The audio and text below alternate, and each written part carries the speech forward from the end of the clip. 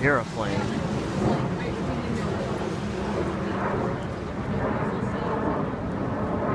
Where's it at?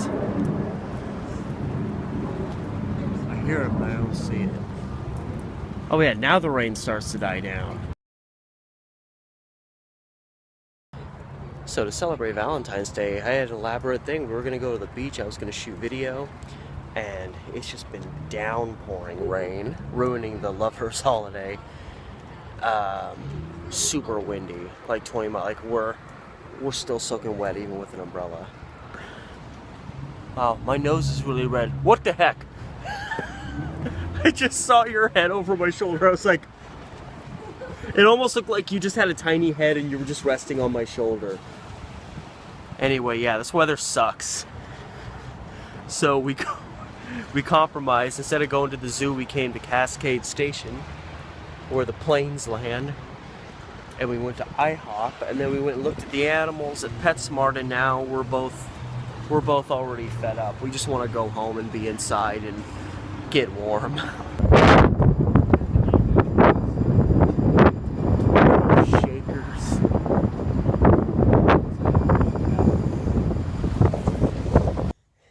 So yeah, that was a very uneventful Valentine's Day.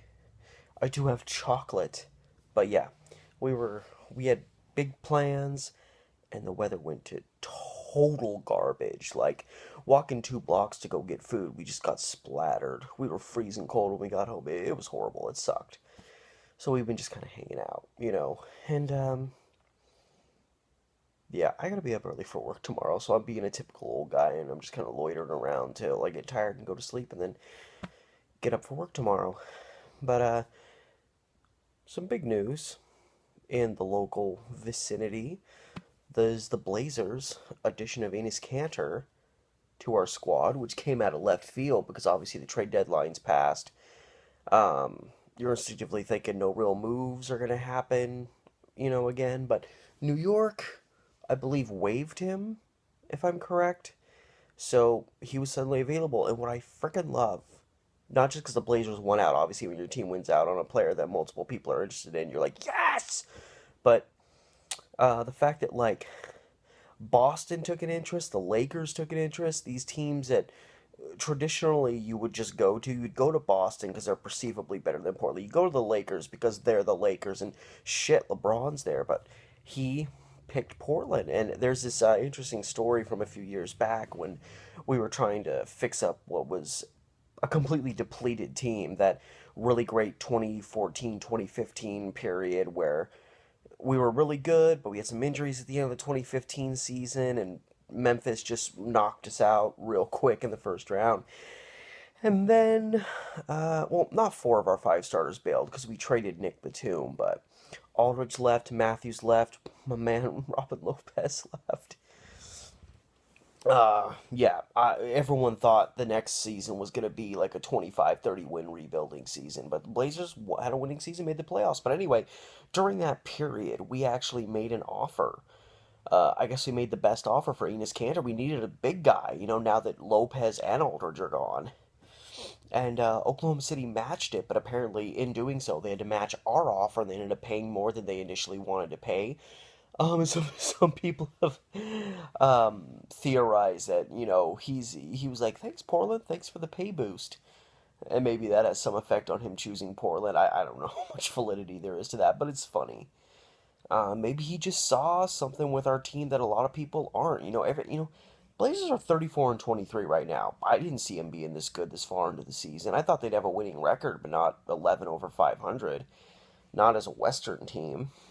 But they've really been clicking, and now you have Hood and Cantor added to our, second unit. All of a sudden, we have a second unit that can play with anybody else's second unit. We have a second unit that can play against some teams' starting 5.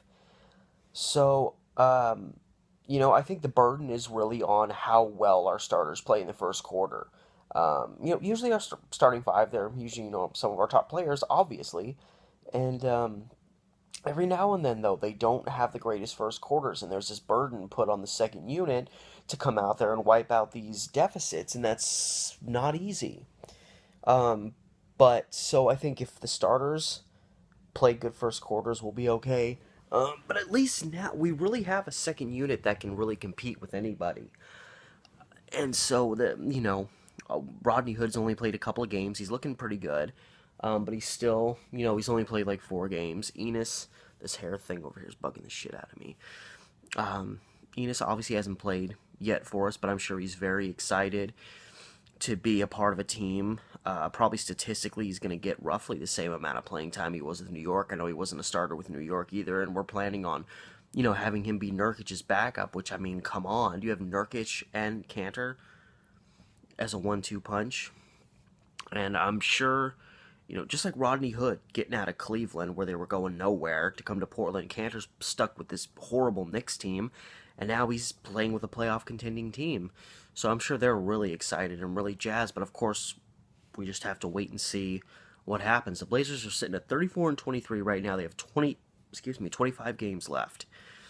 And I actually did a little kind of projection for how the season's going to end, which hopefully this will be good enough to keep us in 4th. I mean, of course, everybody's attitude is, the Blazers would be better off, any team would be better off finishing 6th than 4th or 5th, because then if you get out of the first round, you don't have to worry about playing the Warriors in the second round, presumably assuming that they finish first, which is likely going to happen.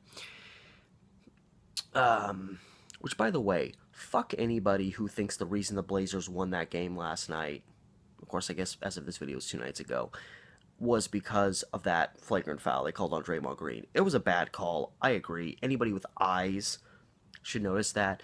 But the attitude has been, well, the refs gave the Blazers 8 points. No, they didn't. They gave the Blazers 2 points. Steve Kerr gave the Blazers 2 more points. And, we got the ball back, and Jake hit a 3. We hit some shots down the stretch, and people were all going online saying that killed the Warriors' momentum. And I'm like, bitch, we were 8 minutes into the 4th quarter, and Golden State had scored 8 points. Klay Thompson was just having an off game. He was sucking out there. And Durant and Curry had come in and didn't really do much.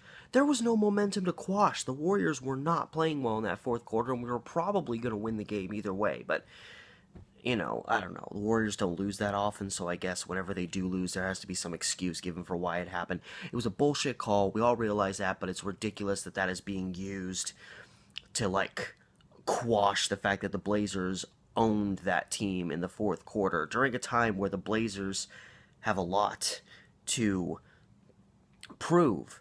And I love how people are complaining about this Draymond Green flagrant foul that shouldn't have been a flagrant foul, with 4 minutes left in the game. Where was all this anger and pissed off behavior at the end of the frickin' Dallas game when Damian Lillard in the final seconds got bodied full on, went to the basket, got knocked backwards, and ended up throwing the ball in the air because he got nailed to the floor, no foul called?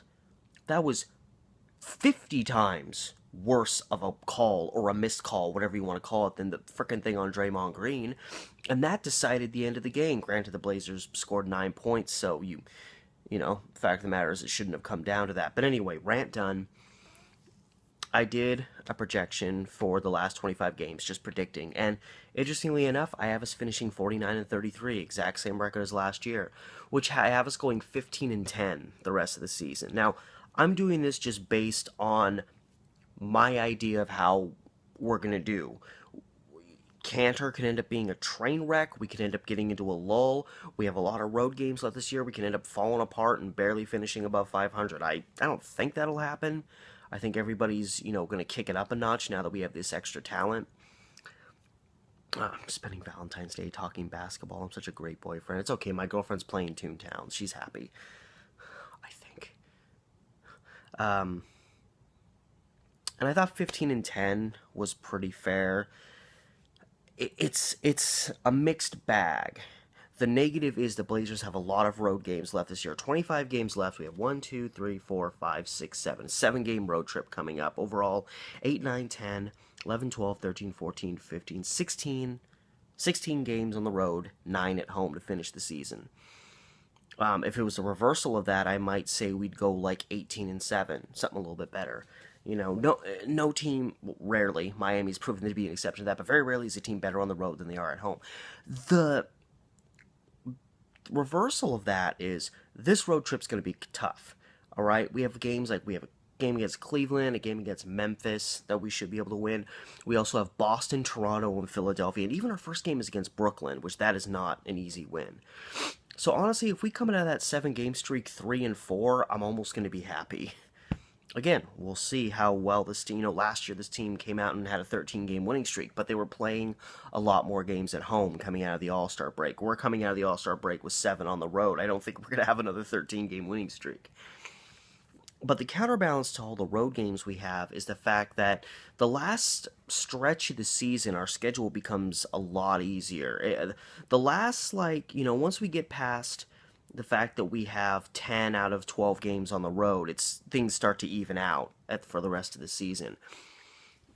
But yeah, we have 2 games against Detroit, which Detroit isn't horrible, but they're not that great. We have a home game against Brooklyn. We have a home game against Memphis. We have a back-to-back with Denver. We have a game at LA, and I believe we play at San Antonio, or I guess that's a little earlier. So there's a few tough games in there, but I mean, looking at what we have, we've got a home game against Dallas, home game against Brooklyn. A lot of our road games get easier. We're playing at Chicago, at Atlanta. Even at Minnesota's tough, but I think we can do it. We finish a little tough. 2 against Denver. Then we're playing at the Lakers. We'll see where they're at because they're kind of all over the place right now, kind of trying to figure out where they're at. They may have a lot more to fight for if they're still struggling to stay in the playoff race. And by that time, second to last game of the season, the Blazers may have their positions set, assuming they make the playoffs and don't collapse. And then we finish the season at home against Sacramento, which Sacramento was tough, but I think we can beat them. And again, Sacramento, like the Lakers, is one of those teams that's kind of teetering on the edge of the playoff race, so they may be fighting for a certain playoff position. And again, we may be set in our position, so, the Lakers and Sacramento game, we might lose just because we don't really need to win those games, and they might need to. So, I mean, there's so many factors that come into play with this whole thing, but when all is said and done, I project us to go 15-10 to finish the season. Not fantastic. I think with the talent we have now, we should be able to do better than that, but we have, again, so many road games, and everybody's going to be fighting tooth and nail the rest of the season. I'm hoping 49-33 is good enough to get us. I mean, again, do I even want a 4 or 5 seed? Would we be better off being a 6 seed? I mean, by the end of last year, if I was so big on us beating Utah. I went to the last game of the season last year where Blazers and Utah were tied for that 3rd spot, and whoever won got the 3 seed. I'm stupid. The 3 seed, and they also won the Northwest title, which the Blazers haven't won in a while. Because Oklahoma City was always really good, and now, Utah and Denver and Oklahoma City have been pretty good right up there with us. Had we lost, though, we would have been playing Oklahoma City in the first round, a team that we swept last year during the season, a team we likely would have beaten the first round. And I think we would have been tied with them record-wise, so we would have still had home court advantage. But instead, we got the 3 seed I wanted so bad, and we ended up playing a New Orleans Pelicans team that was peaking at the right time, and they, of course, took us out pretty quick to move on and get demolished by Golden State like everybody else. So, I don't know. But it's looking like if we stay where we're at, odds are we're going to be playing Utah or Houston is what I'm really feeling. Maybe San Antonio if they kick it up a notch. This is presuming Oklahoma City doesn't have a collapse late, which I don't see happening. It seems logistic to me. We're probably going to be playing Utah, Houston, or San Antonio in the first round, and any of those 3 are going to be a really tough first round matchup, whether we're at home or on the road. Now, if we slip to 6, we got OKC. Now, OKC is 3-0 against us, but every game has been, this last game they played, OKC got way up ahead, but we played a lot better in the second half. We just need to not fall behind them so much. And Denver, we've played 2 games against Denver and lost both by a combined total of 4 points. So we can play with Denver.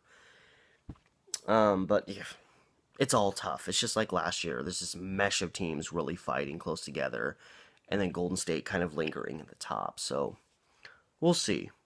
We'll see. It's All-Star Weekend. The Blazers have a week to gel. We'll see if they come out as hard as they did last year. And if they do, This team might break 50 wins this year. We'll see.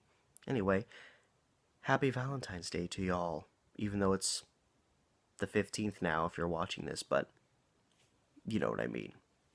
It's so hot. Why am I wearing this? It's so hot down here. Anyway, guys, till next time, Steve.